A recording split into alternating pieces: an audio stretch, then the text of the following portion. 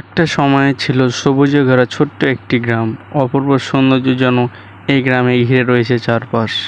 গ্রামের নাম সুন্দরপুর। গাছপালা, ঘরবাড়ি, যেন প্রকৃতির সৌন্দর্য রয়েছে এই গ্রামে। সুন্দরপুর গ্রামের পাশ দিয়ে রয়েছে বিশাল এক বন।